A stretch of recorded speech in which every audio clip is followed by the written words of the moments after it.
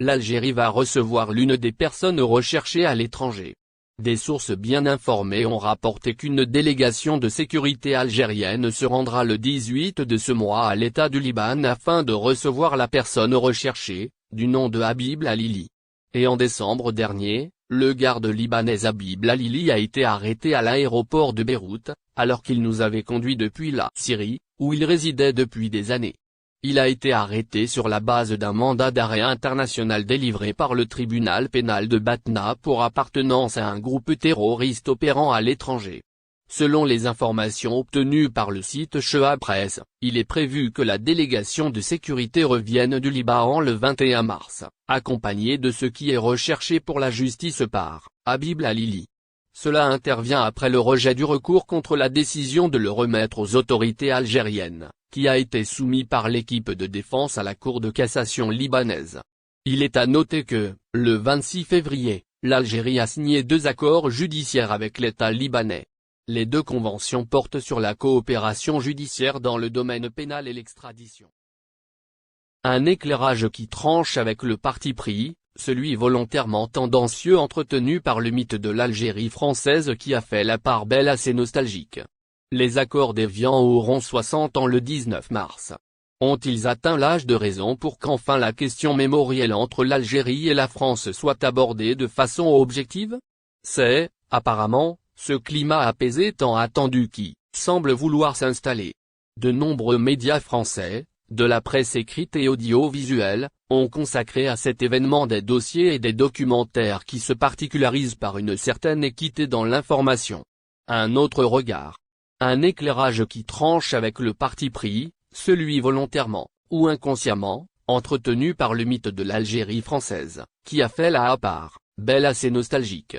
À titre d'exemple, l'Institut national de l'audiovisuel français a publié, le 1er mars, sur sa plateforme, 180 heures d'entretien réalisés, avec 66 témoins de la guerre d'Algérie, civils et combattants des 2 camps. Civils algériens, Français d'Algérie, engagés et militaires de carrière français, militants indépendantistes du FLN et du MNA, membres de l'OAA, intellectuels et étudiants ont relaté, face à la caméra leur guerre d'Algérie, avait souligné l'INA.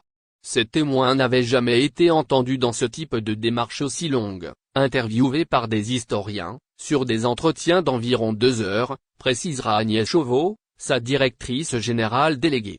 Le magazine Géo a de son côté consacré un dossier exceptionnel à la guerre d'Algérie, vu pratiquement sous toutes ses coutures, avec des titres évocateurs, France et Algérie, une relation mouvementée, 60 ans après les accords d'Évian, une mémoire discrète, 60 ans plus tard. Le documentaire de France 3, intitulé Nos ombres d'Algérie a exploré des pans de la guerre d'Algérie, par le biais du dessin. Dessinateurs, dessinatrices de BD, ayant vécu en Algérie ou pas, ont retracé des tranches de vie, toutes représentées sur les lieux de leur histoire familiale.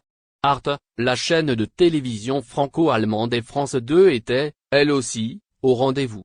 Le 60e anniversaire des accords d'Évian, signé le 18 mars 1962 est l'occasion d'une production prolifique dont se détachent 2 œuvres, dans le registre du film documentaire, En guerre est pour l'Algérie, de Raphaël Branche et Raphaël Wandowski, et C'était la guerre d'Algérie, de Georges-Marc Benamou et Benjamin Stora, peut-on lire sur le site du quotidien français Le Monde. Le journaliste Georges-Marc Benamou, auteur de cette série documentaire, diffusée hier et aujourd'hui, sur France 2, a souhaité révéler l'existence de mensonges dans ce conflit. Il n'y a que des mensonges et des tabous dans cette guerre, explique-t-il. Il ajoute qu'il a fallu attendre 2002 pour que la France reconnaisse qu'il y avait eu une guerre. À travers ce documentaire, il a évoqué une volonté de faire découvrir les aspects méconnus de la naissance de la conscience algérienne, rapporte la radio publique et d'information française France Info. S'ils ont marqué la fin de la guerre d'Algérie et mis fin à plus de 130 années de colonisation française, cela n'aura pas pour autant permis d'apaiser les tensions entre les 2 rives de la Méditerranée. De nouveaux pas ont toutefois été franchis, après les propos tenus par le chef de l'État français, Emmanuel Macron, qui a remis en cause le statut de nation à l'Algérie, allant jusqu'à faire une lecture escamotée de son histoire.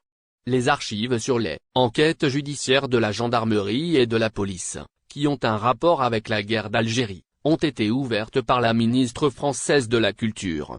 J'ouvre, avec 15 ans d'avance, les archives sur les enquêtes judiciaires de la gendarmerie et de la police, qui ont un rapport avec la guerre d'Algérie, a annoncé, le 10 décembre 2021, Roselyne Bachelot. Il faut souligner que cette annonce est intervenue dans le sillage de la visite, à Alger, du chef de la diplomatie française, Jean-Yves Le Drian, qui avait pour objectif de décrisper les relations entre les deux pays, suite aux déclarations du locataire de l'Elysée. L'histoire qui lie l'Algérie à la France est tragique, dramatique. Elle recèle des blessures toujours béantes, difficiles à cicatriser. Et lorsque les discours portent, de surcroît, atteinte à la mémoire, à l'identité du peuple algérien spolié de ses terres, réduit au statut d'indigène que la torture, érigée en système a trouvé refuge dans le déni, alors qu'il fut même question de glorifier la colonisation française en Algérie, les plaies se rouvrent. C'est à nouveau le terrible voyage dans cette longue nuit noire de la colonisation, qui réveille des blessures à vif, un vécu traumatique, des violences. Un homme d'affaires Moïdine Takout, dont la valeur était estimée à 1000 milliards de centimes. Les intérêts de la sécurité nationale représentés au sein de la Direction centrale de lutte contre le crime organisé et du département d'État de la police judiciaire pour la sécurité de la wilaya d'Alger ont montré des photos de la propriété de l'ancien homme d'affaires, Moïdine Takout, en fin de semaine dernière, après une perquisition mandat délivré par le parquet compétent, au niveau des entrepôts de la commune de Raghea et d'Oul Fayit, de Casablanca et d'Ostawali à Alger, ainsi que d'un entrepôt de la wilaya de Bécha. Ces biens ont été cachés par certains membres de la famille de l'ancien homme d'affaires Moïdine Takout et certains de ses proches collaborateurs, et ils n'ont pas été autorisés aux gardes judiciaires, ni aux autorités judiciaires chargées de saisir les biens, dans le but de convertir et les vendre illégalement. Le processus d'inspection a abouti à la saisie de 507 véhicules, dont 267 voitures de tourisme de luxe, 84 camions de différentes marques, des motos jet-ski et des bateaux de plaisance, des motos de luxe, plus de 800 grandes boîtes contenant des pièces automobiles et 30 conteneurs contenant 63 nouveaux moteurs d'autobus. La valeur financière totale des saisies avoisine les 1000 milliards de centimes, qu'une partie des voitures était numérotée de façon tordue, et qu'une autre partie était en train de régler la situation administrative, avec la complicité de certains employés de la direction. 24 suspects étaient impliqués dans cette affaire, dont des membres de la famille de l'ancien homme d'affaires Moïdine Takout et certains de ses proches, qui ont été déférés devant le parquet compétent pour recel de produits du crime provenant d'infractions de corruption, de blanchiment d'argent et de recel de produits du crime. En dissimulant leurs sources criminelles,